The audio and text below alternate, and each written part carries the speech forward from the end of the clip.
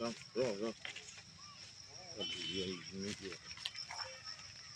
isa.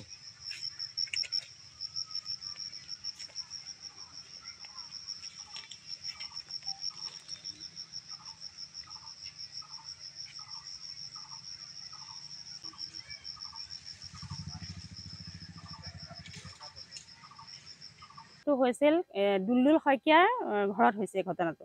এজন কালি বোলা মানুহে এজন আছিলে, কাম কৰা মানুহ, কাম কৰাই অহৰহ কাম কৰাই, গৰুৰ কামবিলাক কৰাই, ৰাতিপুৱা শোৱাৰ পৰা উঠাৰ পৰা তাক মাৰপিট কৰে, ৰাতিপুৱা ৰাতিলৈকে কৰে কাম, বাচন ধোৱাই, কাপোৰ ধোৱাই, সকলোবিলাক ঘৰৰ কামেই কৰে। আৰু তাক অনবৰতে বডিগাৰ্ড হিচাপে ঘৰৰ 4জন সদস্য অনবৰতে থাকে তাৰ তাত, জীয়েক, পুতেক, তাৰ মিছেছ, তেখেতৰ মিছেছ মামণি শইকীয়া, পঞ্চী শইকীয়া, বাবু বুলি কয় পুতেকটো থাকে, অনবৰতে থাকে। তাক অত্যাচাৰ বডিগাৰ্ড দি থাকে, মানে খাবলৈ নিদিয়ে, কুকুৰক দিয়া ভাত খায়, আমি পেলাই দিয়া ভাতবিলাক সি খায়, তাক ভালকৈ খোৱা বোৱাও নকৰে। মানুহটো বহুত কাম কৰাই অসুস্থ হৈ গ'ল, মাৰপিট কৰে, তাক পিটি থাকে, ভৰি মস্ত ফুলি গ'ল, খোজকাঢ়িব নোৱাৰে। তেনে অৱস্থাটো তাক মাৰপিট কৰিয়ে তাক গৰুৰ কামবিলাক কৰাই থাকে, সকলোবিলাক কাম কৰাই তাক।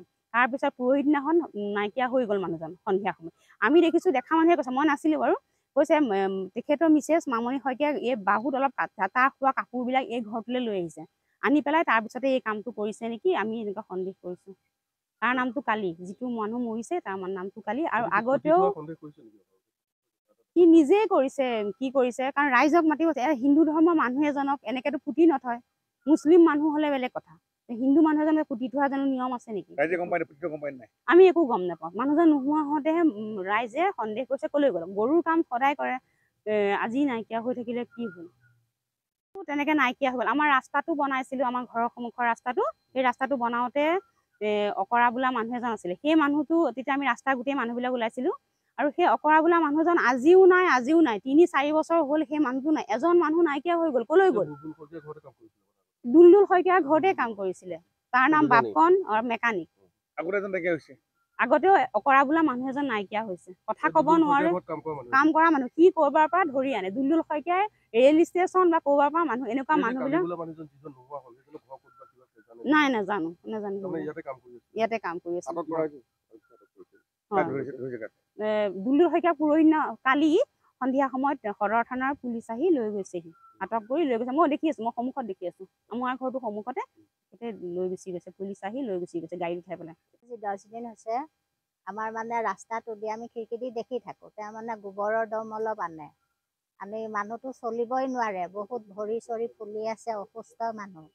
তেওঁক মানে যিজন মানুহ মানে কাম কৰা মানুহজন, তাৰপিছত ঠেলি আনে আৰু বাৰী দি একে ফুলা ভৰিটোতে খুব কোবাই, মই নিজে দেখিছোঁ।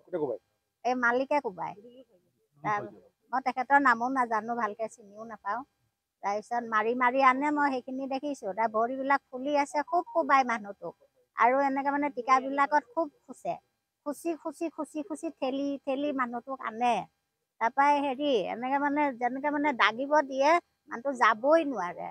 এইজন মানুহ যে নিজে মৰিব এইটো কথা নহয়, তেওঁক মাৰি পেলোৱা হৈছে, সন্দেহত কৈছোঁ, আৰু মোৰ ইমানে আছে ক'বলৈ।